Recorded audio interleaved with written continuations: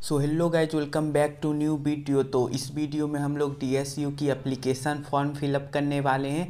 तो अगर आप लोगों ने अभी तक फिल नहीं किया है या फिर करने वाले हो तो देख सकते हो कैसे आप लोग एप्लीकेशन फॉर्म करेक्टली फिल कर सकते हो विदाउट एनी मिस्टेक। तो सबसे पहले एप्लीकेशन फॉर्म में आपको फोटोग्राफ लगेगी, सिग्नेचर लगेगी। तो ये सब आपको 100 KB के अंदर ही रखना है। तो अगर आप लोगों को फ़ोटो कंप्रेस करना नहीं आता तो मैं उसकी लिंक वेबसाइट की दे दूंगा। आप लोग वहाँ पे अपनी सिग्नेचर या फिर फ़ोटो अपलोड करके उसे कंप्रेस कर सकते हो। तो सबसे पहले जैसे ही आप इनकी वेबसाइट पे आओगे तो आप वहाँ से साइन इन करोगे। उसके बाद आपको यहाँ पे न्यू रजिस्ट्रेशन पे आप जैसे ही करोगे तो आपको फिर यहाँ से अपनी नेम लिखनी है, फिर उधर लास्ट नेम लिखनी है एंड नेम ऑफ अप्लीकेंट्स। अगर आपकी कोई मिडिल नेम भी है तो आप इधर भी लिख सकते हो। एंड उसके बाद आपको यहाँ पे अपनी जेंडर सेलेक्ट करनी है। उसके बाद आपको यहाँ पे डेट ऑफ बर्थ, जो भी आपकी डेट ऑफ बर्थ है वो आप यहाँ से सेलेक्ट कर सकते हो। उसके बाद आप लोग यहाँ अपनी नीचे फादर नेम लिख सकते हो। फिर आपको यहाँ पे नीचे मदर नेम का भी ऑप्शन मिल जाता है, तो आप यहाँ मदर नेम लिख सकते हो। उसके बाद ईमेल आईडी की बात आती है तो आप लोगों को ईमेल आईडी भी अपनी करेंटली लिखनी है, जो आपकी अभी चल रही हो। आप पुरानी वाली मत लिख देना एंड जिसकी आपकी पासवर्ड पता हो, क्योंकि जितनी भी आपके आगे की फर्दर प्रोसेस होगी सारी आपकी मेल पे ही आएगी। तो मेल आप करेक्टली जो अभी करेंटली चल रहा होगा वही आप लिखना एंड उसकी पासवर्ड वगैरह भी याद कर लेना, या फिर अदरवाइज आप न्यू मेल भी बना के एकदम अच्छे से करेक्टली लिख सकते हो। तो यहाँ पे एक कन्फर्म का मैसेज आएगा तो आप लोग यहाँ से कन्फर्म भी कर सकते हो। तो मैं ऐसे ही फॉर्म फिलअप कर रहा हूँ। तो जो भी आपकी करेक्टली डिटेल है आप लोग फिल कर देना। मैं आपको बस डेमो वीडियो के लिए इसे दिखा रहा हूँ। उसके बाद आपकी मेल पे एक मैसेज आएगी एंड मोबाइल पर भी। तो आपको यहाँ एक्टिवेट योर अकाउंट पे क्लिक करना है। तो जैसे ही आप लोग एक्टिवेट योर अकाउंट पे क्लिक करोगे फिर आपको यहाँ पे अपनी ईमेल आईडी डालनी है एंड जो आपकी मेल आपने डाली होगी उस पर एक OTP आया होगा वो आपको यहाँ से लिख देनी है। उसके बाद आपको यहाँ से सबमिट कर देनी है। तो जैसे ही आप लोग सबमिट करोगे तो आपकी अकाउंट एक्टिव हो जाएगी। उसके बाद फिर से आपको बैक आना है। उसके बाद आपको यहाँ साइन इन पे अपनी मेल आईडी एंड जो पासवर्ड आपने उस टाइम दिया था वो लिखना है। उसके बाद आप लोग यहाँ से सबमिट कर दोगे तो फिर आपकी आईडी लॉगिन हो जाएगी। तो जैसे ही लॉगिन हो जाएगी तो आपको यहाँ दो इंटरफेस दिखेगा, एक प्रीवियस फॉर्म की एंड एक माय एप्लीकेशन की। तो माय एप्लीकेशन पे क्लिक करोगे फिर आपको यहाँ से प्रोग्राम टाइप सेलेक्ट करनी है, तो आप फुल टाइम कर लेना, सिर्फ एक ही ऑप्शन है। फिर आपको यहाँ से कन्फर्म करके टिक करके उसके बाद आपको फिर आगे की फर्दर प्रोसेस करनी है। तो जैसे ही आप लोग इस पर क्लिक कर दोगे उसके बाद न्यू आपकी एप्लीकेशन फॉर्म खुल जाएगी, जिसमें आपको एप्लीकेशन डिटेल, फ़ोटो अपलोड ये सब करनी है। तो सबसे पहले आपको एप्लीकेंट डिटेल पे क्लिक करना है। तो जैसे ही आप लोग क्लिक करेंगे तो नाम वगैरह तो आपने पहले ही डाल दिया था, फिर यहाँ से सेलेक्ट कर सकते हो। उसके बाद आपको अपनी कैटेगरी सेलेक्ट करनी है। आप SC ST OBC जो भी जनरल हो तो जनरल सेलेक्ट कर सकते हो। बाद में आपको उसको अपलोड भी करना होगा तो उसके लिए भी आपकी ऑप्शन आएगी। तो अगर आप लोग आउटसाइड स्कूल से पढ़े हो, मीन्स आउटसाइड दिल्ली के स्कूल से पढ़े हो तो आप लोग आउटसाइड कर सकते हो, या फिर इनसाइड दिल्ली के हो तो दिल्ली कर सकते हो। फिर आपको यहाँ अपनी स्टेट चूज करनी है। उसके बाद फिर आपको जो स्कूल आप 12th में पढ़े हुए वो आउटसाइड दिल्ली की है या फिर इनसाइड, तो आप लोग वो भी यहाँ पे सेलेक्ट कर सकते हो। तो मैं आउटसाइड दिल्ली ऐसे ही सिलेक्ट कर लेता हूँ। फिर अगर आप लोग ITI कर रहे हो या फिर किए हो तो उसके लिए आउटसाइड थी या इनसाइड दिल्ली तो वो भी आपको सिलेक्ट करनी है। फिर ये डिप्लोमा वाले स्टूडेंट के लिए है तो उनकी कहाँ थी, अगर कोई बीटेक में एडमिशन लेना चाहता तो नॉट अप्लीकेबल आप लोग इसमें कर देना। ये डिग्री वाले हैं तो अगर आप ग्रेजुएट के लिए अप्लाई करोगे तो आप आउटसाइड दिल्ली या फिर इनसाइड जो भी आपकी है सेलेक्ट कर लेना। फिर यहाँ से आपको डेट ऑफ बर्थ, फिर अगर आप डिफेंस में आपके फादर हैं तो आप वो चूज कर सकते हो। अगर आप लोग कश्मीरी माइग्रेंट हो तो वो चूज कर, अदरवाइज आपको सब में नो फिल कर देनी है। उसके बाद अगर आप लोग स्टूडेंट हो तो यहाँ से स्टूडेंट कर सकते हो। उसके बाद फैमिली इनकम जो भी आपकी आप यहाँ से चूज कर सकते हो। उसके बाद आपको यहाँ से अपनी फादर की ऑक्यूपेशन सेलेक्ट करनी है। अगर गवर्नमेंट एम्प्लॉय तो गवर्नमेंट, या फिर बिजनेस, सेल्फ एम्प्लॉयड कुछ भी है तो आप यहाँ से डाल सकते हो। फिर आपको अपनी फादर की इनकम यहाँ से सिलेक्ट करनी है, तो जो भी आपकी फादर की इनकम है वो सिलेक्ट कर सकते हो। फिर फादर की क्वालिफ़िकेशन आपको यहाँ पे डालनी है, ग्रेजुएट, 12th पास जितने भी है आप लोग यहाँ से डाल सकते हो। तो मैं यहाँ पे ग्रेजुएट सेलेक्ट कर लेता हूँ। उसके बाद फिर आपको मदर की ऑक्यूपेशन डालनी है, गवर्नमेंट एम्प्लॉय जो भी हैं आप लोग यहाँ से डाल सकते हो। फिर मदर की इनकम यहाँ पे आपको डालनी है, फिर उनकी क्वालिफ़िकेशन वगैरह डालनी है। Is your guardian your parents, तो आप लोग यहाँ पे यस कर सकते हो। उसके बाद फिर यहाँ पे आपको आ जाती है अदर डिटेल। तो अगर आपके पास LOR है, लेटर ऑफ रिकमेंडेशन, तो आप यस या फिर यस यहाँ पे कर सकते हो, अदरवाइज आप लोग नो कर देना। अगर आप लोग DSU के स्टाफ के स्टूडेंट हो तो आप यहाँ पे यस कर सकते हो, अदरवाइज नो कर देना। अगर आपके पास वर्क एक्सपीरियंस हो यस, अदरवाइज नो। एंड अगर आप लोगों ने CUET की फॉर्म फिलअप की है तो यस कर देना, अदरवाइज नो कर सकते हो। फिर हमारी नेक्स्ट आ जाती है परमानेंट एड्रेस। तो परमानेंट एड्रेस में आप लोग अपनी एड्रेस फिल कर सकते हो। 2 एड्रेस आप फिल कर सकते हो, address line 1 and address line 2।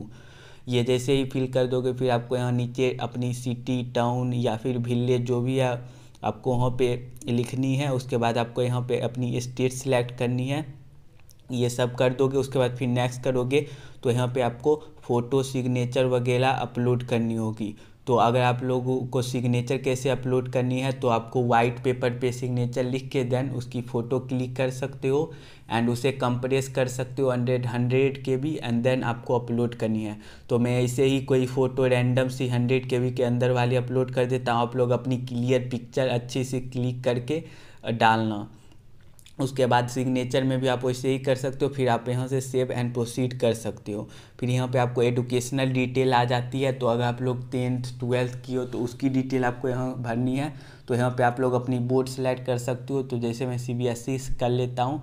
फिर यहाँ पे आपको अपनी ईयर ऑफ पासिंग सेलेक्ट करनी है, कब आप पास किए थे। तो जब भी आपकी रिजल्ट आई थी जून में या जुलाई में, आप कोई भी सिलेक्ट कर सकते हो, इससे उतनी फ़र्क नहीं पड़ती है, बट ईयर आपको करेक्ट सेलेक्ट करनी है। फिर उसके बाद यहाँ पे आपको मार्क्स अपनी परसेंटेज या फिर CGPA में डालनी है, तो वो यहाँ से सिलेक्ट कर सकते हो। फिर स्कूल सेंटर, अगर आप लोग स्कूल से किए हो या फिर ओपन से, तो वो आप यहाँ लिख सकते हो।